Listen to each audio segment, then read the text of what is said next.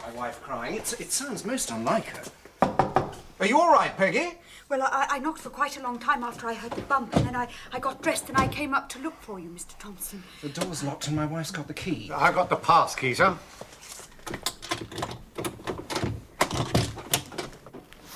Peggy?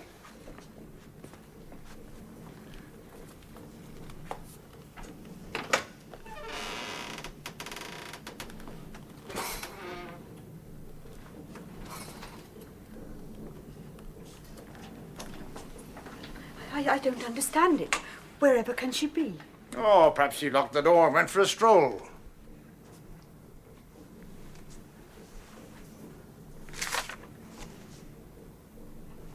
Oh, my God. I can't go on, darling. I'm sorry. Goodbye.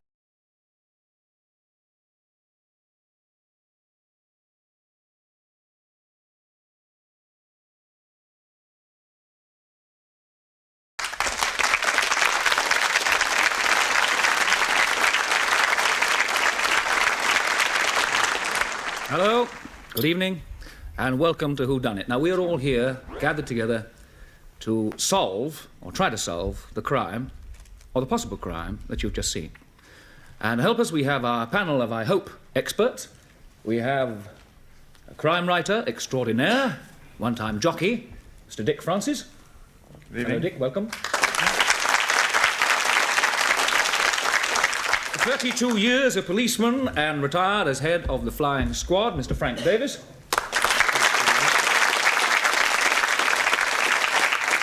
An actress who must have got tired of hearing that she is beautiful, but then, of course, she is Miss Julie Edge. An actor who has probably also been told that he's beautiful, and perhaps he gets tired of hearing it too. It's not true. Kenneth Haig.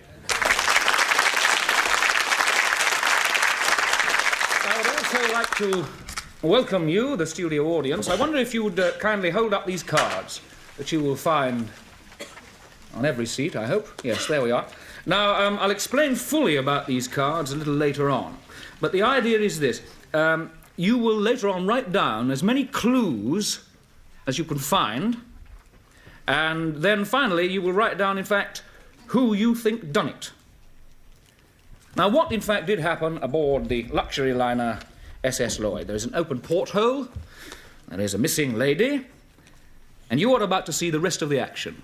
A bit later on, the panel will be allowed to question the suspects, and they will also be allowed to see certain replays of their choice, which, of course, you and the audience at home and here will see. I may tell you that these replays, in fact, could possibly be lies. They will be spread throughout with red herrings and with real clues. Your job is to find out the difference and not to believe everything you see or everything you hear. So we'll get on now with the rest of the action. Back to the SS Lloyd. Oh, by the way, this may be a clue, or in fact it may be a red herring, but the year is 1930. Come in. We've searched the entire ship, sir. Captain's retraced his course, but there's no sign of her. I suppose there's no doubt you're absolutely sure this is your wife's handwriting? Absolutely sure. I know you've done all you can. Thank you. I suppose this chair falling over was the noise Miss Rhodes heard from her cabin next door. Did your wife seem distressed earlier, sir? No, she's a little tired. We'd been playing cards, and we were waiting for you to come and join us for a drink. All right, dear? I think those seasick pills have slowed me down a bit. You are looking a little pale. Oh, don't worry, I shall be all right. Evening, Percy. Evening, sir. Well, who's winning? Well, I am, for a change. Although my wife's so good at this, I really ought to insure myself against losing. That's your business, isn't it, sir? Insurance? Yeah. Are you getting the hang of this Casino Royale now, Percy? Well, I've watched you two playing it for 4 days now. I think so. Let me see. Got to win most of the cards, all the aces, and the 2 of spades. Don't forget the 10 of diamonds. It's worth 2 points. Oh, yeah. You have to watch my wife. She doesn't miss a trick at this game. Well, I see you're still at it. So are you, I see. I don't think he likes me. His wife does. Of course, Mr. Todd. We are trying to play cards, you know. Trying, huh? You've been at it for 4 days, turning the place into a floating Monte Carlo. Well, I can take a hint, you know. It's a fair wind that blows nobody any good. Oh. Well, excuse me, darling. I'm not feeling awfully well. Anyway, I don't think it's my lucky night. Would you like me to come with you? No, I shall be all right. Why don't you finish the game with the purser? It might help to pay for the voyage. Can I get you something, Mrs. Thank Thompson? you. No, I have some aspirins. I think I'll just retire. Good night. Right. I think I'll send for the ship's doctor. He's got some very good tablets for the old mal de mer, sir. Oh, no, she's got her sea legs. It's probably just a migraine. She's had them for years. No trouble, you know. No, don't worry. You take her hand. Oh. All right. Good grief. What's the matter? Your wife must be tired. She left me with rather a good hand. And then, if you remember, Miss Rhodes came up and said she'd heard my wife crying, a strange sort of thump, which must have been that chair, and that she couldn't get any answer. Yes, then we came down. What puzzles me, sir, is the key missing from the inside of that door. I'm afraid your guess is as good as mine. Oh, we searched the whole cabin. Wasn't here. Tell me, sir, do you and your wife know Miss Rhodes at all? No, we've only met her once. She was very kind to my wife on the first night out when she had one of her migraines. Are you sure there's nothing I can do? I've got some wonderful new travelling pills. Your wife is most welcome to try them. Thank you. That's very kind of you, but I'm afraid there is nothing we can do. Well, should there be, don't hesitate to call me. I'm only in the next cabin. Thank you very much. I'm sure she'll be all right. What a charming woman. And that was the only time we met her. I know she'd been taking all her meals in her cabin. Yes, in fact, we hardly ever saw her. She seemed to spend all her time in her cabin. She was quite a recluse. Her cabin's the one next door. I'll talk to her later. Right now, sir, I'll have a word with the steward. See if he saw anything. Jones. Did you see anything of Mrs. Thompson after the card game earlier this evening? Oh, only very briefly, sir. I was sitting there doing a bit of sketching. As you know, I'm a bit of an artist. Mrs. Thompson came down, followed by Mr. Todd. He's a bit of a lady chaser, so in case she was in any trouble... How about a nightcap? No, thank you. I hope you, sir. What? Oh, yes, I'll have a whiskey, Joe. I'm afraid I'm rather busy at the moment, sir. Yes, sir. Straight away, sir.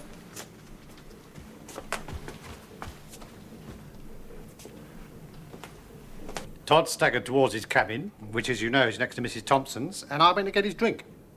I was away quite a while because, his brand of whiskey is only available from the promenade room. Your whiskey, sir? Thank you.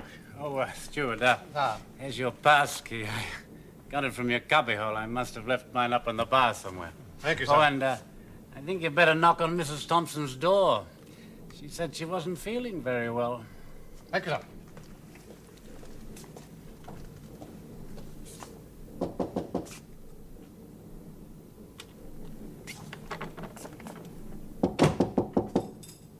Are you all right, Mrs. Thompson? As I didn't get a reply, I thought she must be asleep, so I came back here. Pull the other one, Jones. You mean you heard a passenger was unwell? Yet you didn't pop your head round the door to see if she was all right? Yeah, that's right. Yet when we all came down here together and found the door locked, you, without any hesitation, put your key straight in the lock, your pass key. So what? So you must have known the key wasn't on the inside. And to have known that, you must have been in there before. Oh, well, I did just pop in, but the cabin was empty. And you never picked up the chair. Oh, I didn't notice a chair. Well, of course you noticed it. You probably noticed something else and nicked it. What was it? No, I Come didn't. on, there's going to be an inquiry. This is your last chance, yes or no? All right. But I didn't know Mrs. Thompson was going to commit suicide, did I? Mrs. Thompson's wedding ring? Strange, someone committing suicide should leave that behind. Are these your cabin orders? Yes, sir. Any with Mrs. Thompson's writing on it? Couple. Why? Well, you're a bit of an artist, aren't you? What's that got to do with Mrs. Thompson committing suicide? Oh, she left a note behind, didn't she? And you might agree that an artist would be the best person to copy her handwriting. As to what you've told me, I don't think Mrs. Thompson did commit suicide.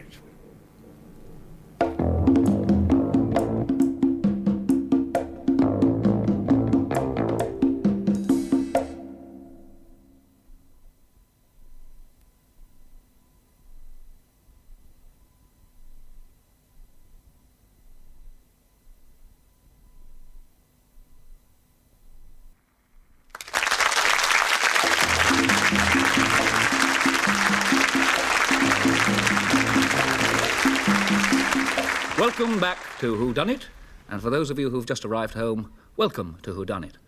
And for those of you who have just joined us, perhaps you'd like to join us in a recap of the plot so far. This year is 1930. A certain Mrs. Thompson has disappeared, apparently from her cabin, aboard the SS Lloyd. Now, Mr. Thompson was playing cards with Mrs. Thompson. Mrs. Thompson went down to her cabin, and Miss Rhodes, the occupant of the next cabin, heard some strange noises. That's Miss Rhodes there with the glasses. So she brought them all down to investigate. Now, they found the door was locked, and so the steward uses his pass key, and they find a farewell note. Also, as you'll see in a couple of seconds there, an open porthole. Now, remember, the steward has already behaved somewhat suspiciously, and there is also Mr. Todd, who you'll see in a second, appearing presumably drunk. Yes, there he is. Worse for wear, coming down the stairs there. He was rather keen on Mrs. Thompson. Remember, the steward has already confessed to behaving suspiciously, and he's already confessed to stealing Mrs. Thompson's wedding ring. But why should a lady who apparently committed suicide leave her wedding ring behind, and why did she write the note? And also remember, for what it's worth, the steward is, in fact, a bit of an artist. Well, let's get on now with the final piece of the action, and some more clues. Now there, Mr. Todd, let's take this from the beginning. What made you follow Mrs. Thompson? I was sitting at the bar. I had a few drinks and I was feeling pretty happy. Jenny, all I'm trying to do is buy you a drink.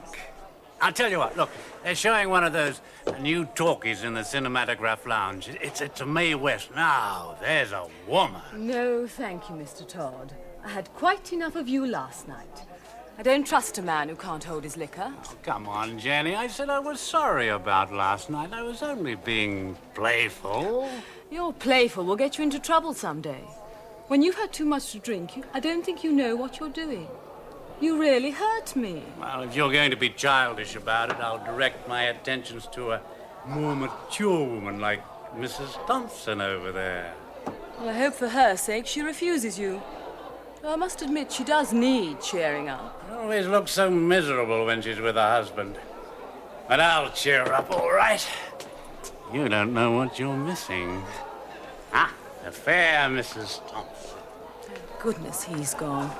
Get me a martini, will you? A double.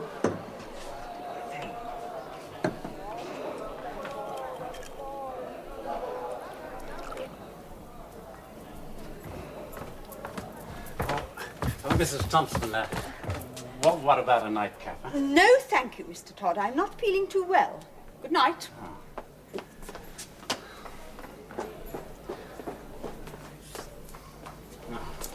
Can I help you, sir? What? Oh, yes, I'll have a large whiskey, please, Stuart. I'll bring it to your cabin, sir. Yeah, thank you.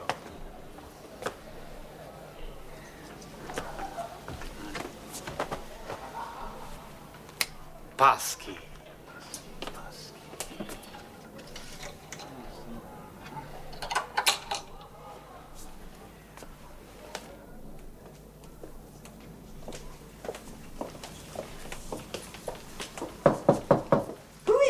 It's Rudolph Valentino! Open up! Please, go away. Naughty, I've got the pass key here. Oh, yeah, you've got your key in the way. If you don't go away, I shall call the purser. It's just a nice Look, I am feeling most unwell. Now, tomorrow, perhaps. Promise? It's a promise. I shall hold you to that. And that was the last I saw of her. And you say she was in her dressing gown? Yes, off to bed, I suppose. Then the steward brought me my drink. I gave him the pass key and told him about Mrs. Thompson's indisposition. Then I went to bed and had a nap. And you heard nothing from the Thompsons' cabin next door? Not a sound. Poor lady. Isn't it awful? It's not easy climbing through one of those portholes. Without help? No, sir.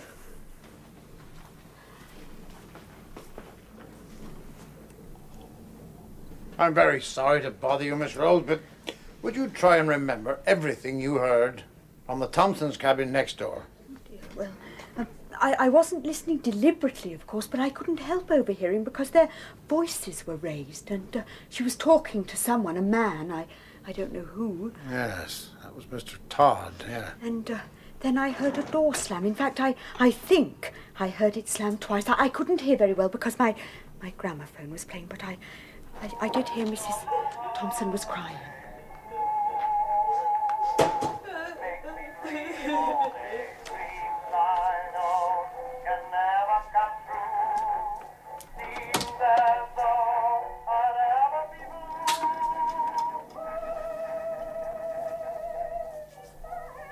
Mrs. Thompson? Mrs. Thompson, are you all right? It's Mrs. Thompson, it's Miss Rhodes. Mrs. Thompson. Oh dear. And then I got dressed and I went up to look for Mr. Thompson and... dear. It's so distressing. Oh, I'm very, very sorry to upset you, Miss Rhodes. There's no more questions. Might I suggest you give some moral support to Mr. Thompson? He's in the cabin next door. Oh, yes, of course. How selfish of me.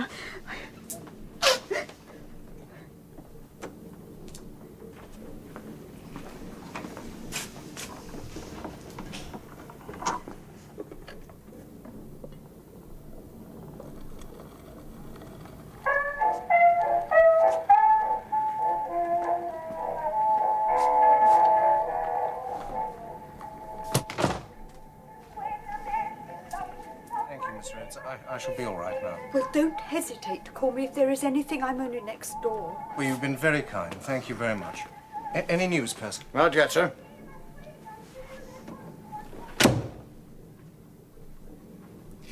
Was there anything missing, sir? Valuables, jewelry, anything like that? No, I don't think so. Just the clothes my wife was wearing. I'm sorry to ask you this, sir, but I know you're in the insurance business. Did your wife's policy cover suicide? Well, yes, as a matter of fact, it did. Why, have you got any ideas? Yes. I don't think your wife climbed out of that porthole. Lord. And another thing. Isn't it strange? A person upset enough to commit suicide should leave her wedding ring behind?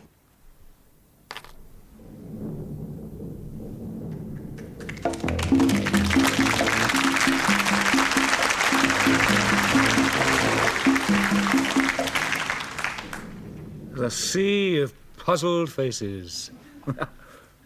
Well, now why don't we, in fact, meet the cast? Let's meet the suspects. There's Mr. Todd, Jenny Cramner, Mr. Thompson, the purser, the steward, and Miss Rhodes. Now, this is the moment, in fact, where we start our cross-examination. The panel are allowed to ask any questions of any one of the suspects. There is one thing that you really must remember, and I keep pressing this point. They could all be lying. 1, 2, 3, a number of them could be lying. So you really mustn't take too much notice of what you might think might be a red herring. It might be the truth. On the other hand, the truth might be a red herring. Now, I have completely and absolutely foxed the lot of you. I may also fox the panel with any luck. Dick Francis, we'll start basically the questioning with you. First of all, we allow you a 30-second replay. Doesn't have to be 30 seconds, but up to 30-second replay of any particular piece you want to see. So, in fact, do you have a piece you'd like to see back again? Yes, I would like to see the porthole scene almost before the credits came on the screen. Yeah, that's the first time, in fact, you see the porthole. Yeah, yes, I would like to have a good look at that. All right, well, while they're sort of getting that ready upstairs, you can start your questioning. May I just ask you, by the way, Dick, how many thrillers have you written? I've written 12. 11 have been published. The 12th comes out this October. Does it? Well, Sleigh Ride. You jolly well better find out. Whodunnit, haven't you? I know, but it's very difficult for me, especially when I go first, because I'm usually laying the clues, and here am I trying to find them. It's a different cup of tea altogether. Well, let's see how well you get on here. Would you like to start your questioning, in fact? Yes, the purser. Now, I may be quite wrong in the seagoing laws, but does the purser usually play cards with the or do the crew usually play cards with the passengers? Not the crew, sir. No, the purser has his catering other duties, but part of the duties for this line, the Lloyd line, sir, which is the flagship, we're very proud of it, is to no publicising the particular shipping line, if you don't mind, Mr. Percival. Yes, sir, in fact I do. Yeah, I make a point of socialising quite a lot, sir. Within reason. Oh, right, thank you. I didn't think it was allowed, but anyhow, I'll take that. But how about, you're very fond of music too, are you? Yeah, moderately so, sir. Yes, I wouldn't say hyper. But not fond enough to stay in the cabin and listen to it playing after you've switched it on? No, too busy, sir. Why switch it on? There was a reason in the case that I did put music on. Yeah, I think actually that's what Dick's trying to find out, Purser, the reason. The reason was to, I wanted to know if Miss Rhodes could hear something in the cabin next door. Now, Dick, there's the reason. Well, I suppose that is a good reason. Thank you very much. Not at all, sir. Have you got any more questions? I'll tell you what, listen, we've got your replay ready, so we'll see the replay, and then I'll come back to you with a supplementary question after you've seen it, all right?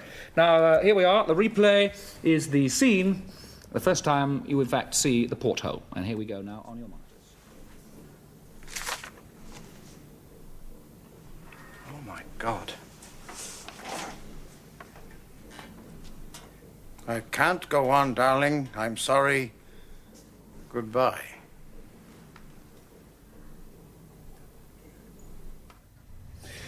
Well, I think you definitely did see the porthole in that shot, didn't you? Yes. That was a very good shot of a porthole. Yeah. Mm-hmm. And, do you have a supplementary question? I have a supplementary question.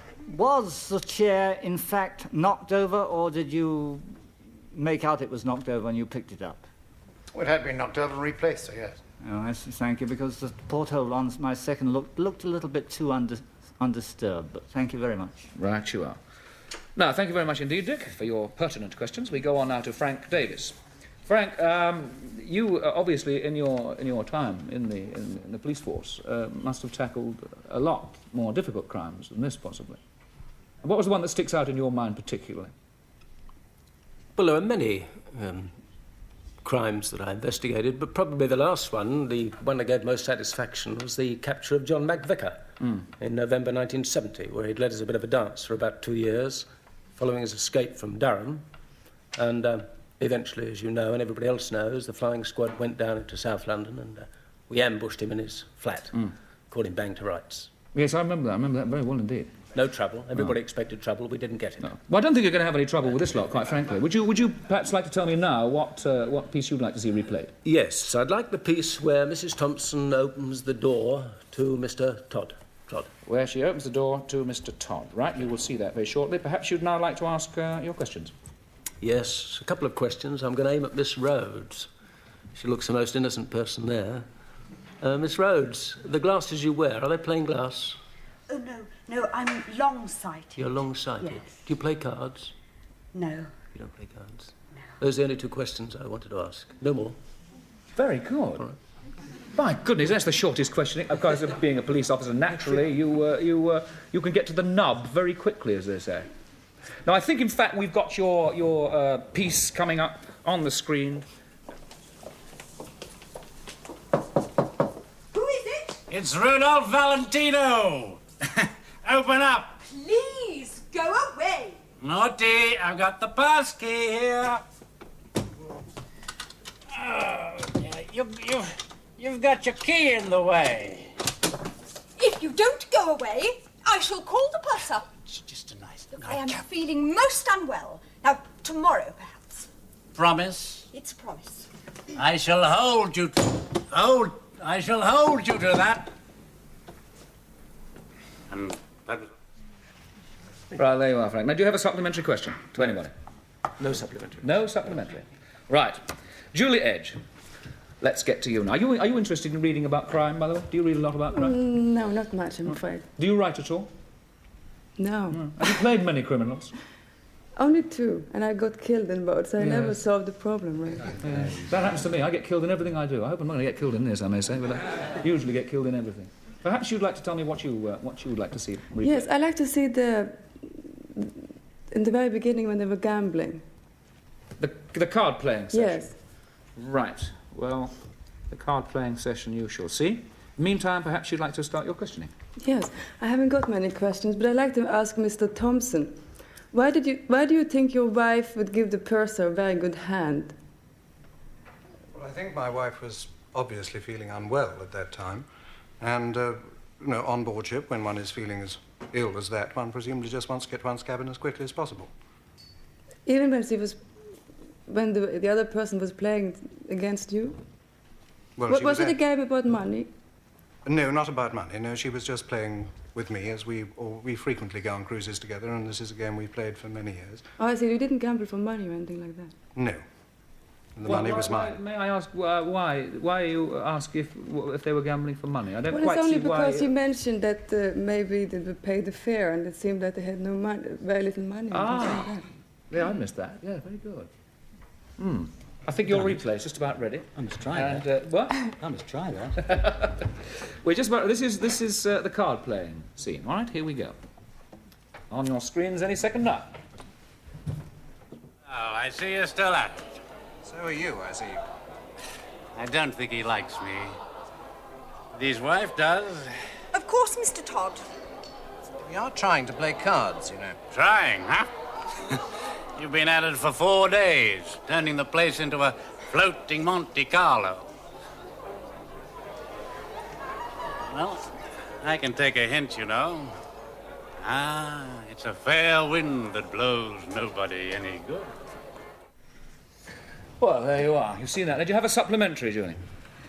I had, till I realized, of course, the wife was dead and wasn't here. No, I see, yes. It is a bit difficult questioning the dead. I often find that. So I think I leave it at that. Right. Thank you. Kenneth Hay. Sir.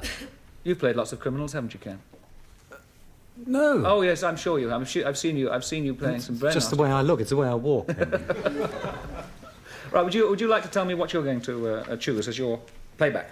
Well, on the note here I'd like to see the scene between Todd and the steward, the second scene between Todd and the steward. The second scene between Todd and the steward? Yes, from Second Todd's scene. viewpoint. Right. Perhaps you'd like to start your questioning?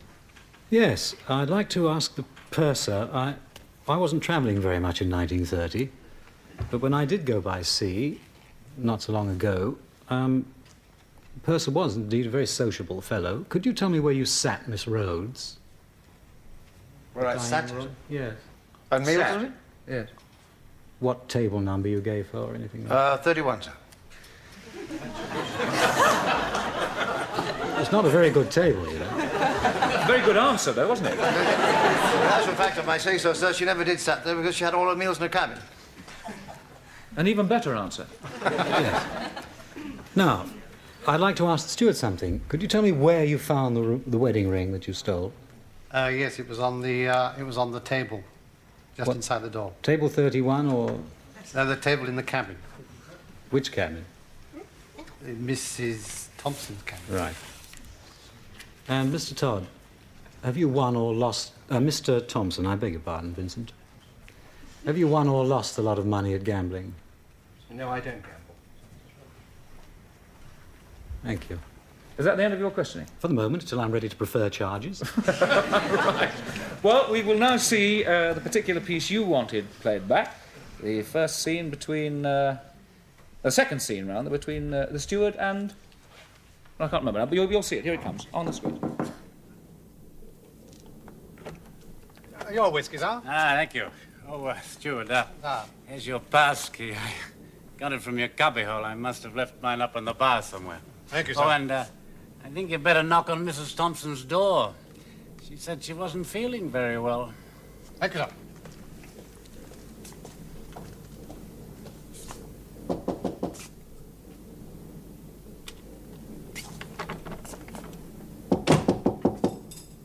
Are you all right, Mrs. Thompson? Are you all right, Kenneth? Now, do you have a supplementary? I don't know why I asked for that. They did it very well, though, didn't they? Yes. I thought it was I thought you'd discovered it all. No, I think I've got it now. You've got it? Yeah. Right. Well, we've finished with questioning our suspects. We've also finished with our playbacks. I will ask you now, panel, if you would, to write down on your cards the chief suspect, in fact, whodunit, and also you'll find there a list of numbers which you will write next to it, the clues, because that's very important that we, in fact, find out why you thought, what you thought. There is, in fact, a prize for the person in the studio audience who wins, who finds out who done it. Not for all of you at home, I'm afraid. And for the panelist who wins, there is a £25 cheque to the charity of his or her choice. Now, we'll be back very shortly. Remember, in order to find out who done it, you really got to find out what, if anything, was done. Right?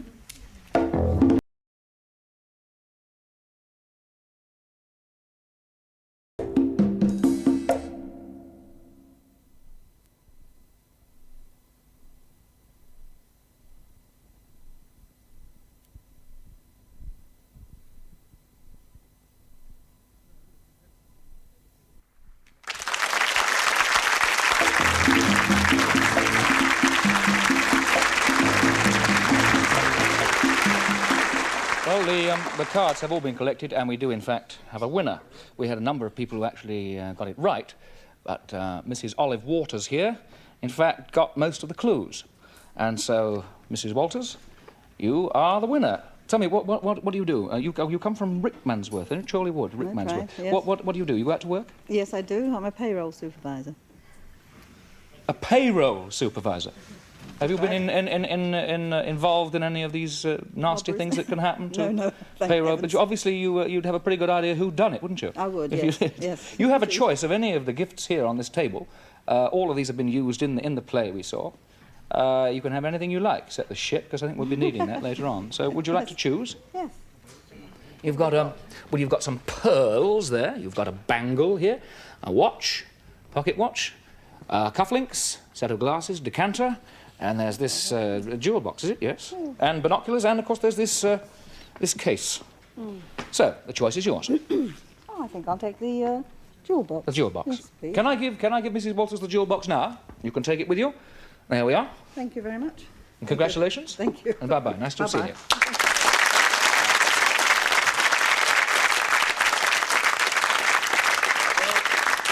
Naturally, I didn't ask Mrs. Walters to read out who she thought done it, because we have now to come to the panel. And let's find out from them. Let's start with you, Dick, Francis. Who done it and why? Here I come into it again. First one, don't first I? again. Well, there are lots of clues and things knocking around, I thought, but I'm afraid I've put it down to Mr. and Mrs. Thompson. They are the guilty parties. I Why? think they wanted to collect, they were a bit hard up, I suppose, and they wanted to collect the life premium, the insurance premium on Mrs. Thompson's life. And to do this, they of course had to think of some idea, so they got their sprat to catch the mackerel was to book two passages, one in Mrs. Thompson's name and one in Miss Rhodes's name. In the film we saw, we didn't see them both together ever. And Mrs. Thompson, we first saw her playing cards with her husband, and she leaves a super round hand of cards. I can't imagine anyone going off. How bad they were feeling with a hand like that. You're a card player, I presume. Well, I play cards a bit, but you can't imagine anyone going off and leaving a pack of cards like that. And also, another clue was the ring.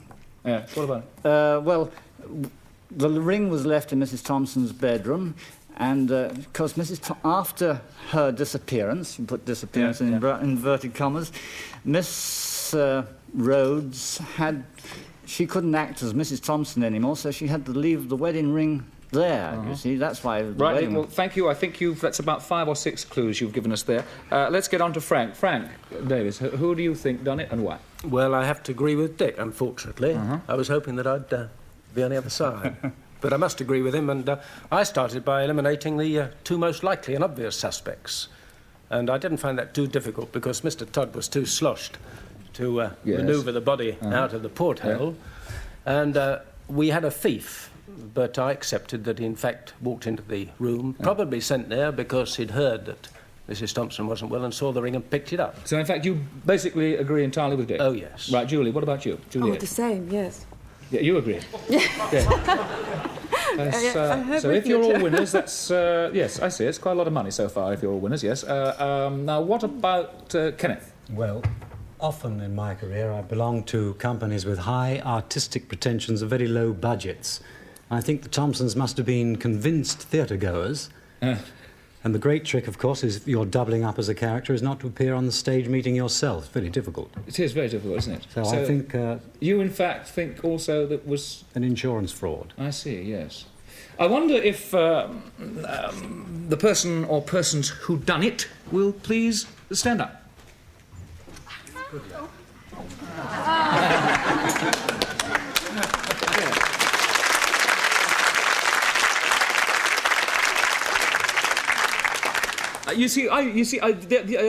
I thought that somebody would actually mention the porthole, you see. This is the thing that sort of gave me the clue. You see, because, I mean... one porthole. You've got it coming up. This is my prize. I hate to tell you what it looks like. But, I mean, that porthole, I mean, it's pretty small, isn't it? I mean, that is a pretty small porthole. I thought somebody would say, well, you couldn't put her through the porthole. But nobody actually said that. Well, that's 4 people who think, in fact, it was Mr. and Mrs. Thompson, and as you've seen, it was Mr. and Mrs. Thompson. Now, if you just care to write down one main reason as to how exactly you think it was done on the back of your cards, we're going to have to take a consensus of opinion, and the one who writes the best reasons, obviously, is the winner. So, would you like to do that? Or would you like to tell me what your main reason is, if you've written down? Can you concisely put the crime, encapsulate it like that? Dick? Well, I think the Thompsons booked 2 passages, one for Mrs. Thompson, one for Miss Rhodes. And after Mrs. Thompson's disappearance, in inverted commas again, she took the role of Miss Rhodes. OK, what about you? Short of cash. Very short of cash. Julie? It seemed that way, yes. Yes, the repertory version of having to lead the double life, that Miss Rhodes must never appear in public. Well, I presumably have to make the decision as to who is won. And I am not going to say who is won, because they've all won. So I think we're going to give £25 to the charity of one of their choices, which will in fact be decided after you've gone. Ladies and gentlemen, we hope you'll in fact join us next week. It's goodbye to everybody here now. Next week, of course, we're going to have a much, much tougher crime. It's a very nasty case of stab in the back. We will be here at the same time, different crime. Hope to see you. Good night, and have a very, very good week. God bless you all.